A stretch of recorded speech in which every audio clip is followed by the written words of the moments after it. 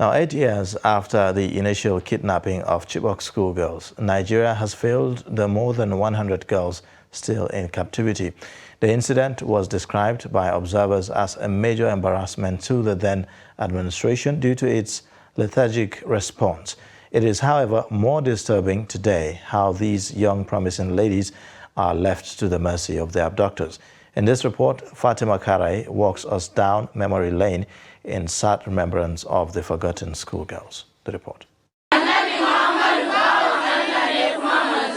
Raped, beaten, tortured, and lived days without food were some of the terrors these innocent schoolgirls had to endure for no faults of theirs.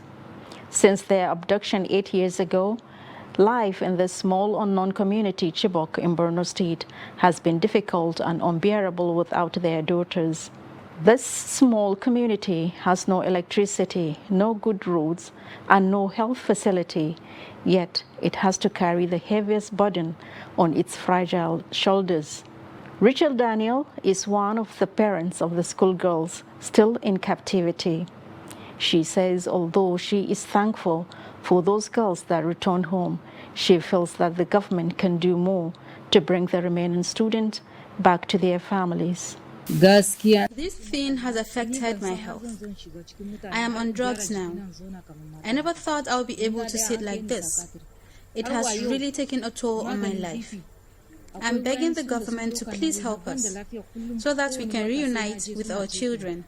Since the incident, Chibok and the region have witnessed attack and destruction that has damaged the people both physically and mentally. And this evil act had slowly spread to the other parts of the country, forcing many schools to close. According to Amnesty International, more than 1,500 children have been kidnapped, and reports from UNICEF indicate that about 1 million school children are afraid to go to school as a result of violence.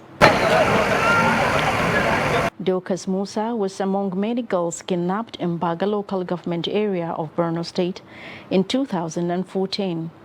They were rescued by the Nigerian military after spending more than a year in terrorist Sambisa enclave. Dorcas considered her life ruined, and government has not been able to secure justice for her. This is not life.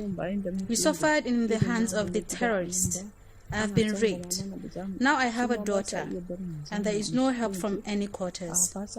A non-governmental human rights organization in Maiduguri speaks. What baffles me is that people are just focused on the return of extremists who are coming back in thousands. How do we rehabilitate them? How do we reintegrate them? Then how do you rehabilitate and reintegrate and then cater for those, the offspring that these people have come back with without any responsibility to them? For this mother and many like her, will they ever be united with their children? And for this young woman trying to pick up the shattered pieces of her life, she said it is difficult, but takes one day at a time. This is a desperate cry for help and for justice. This is a cry for those parents that have no voice. So remember the 109 Chibok schoolgirls and many more. Fatima Karai, Trust TV News.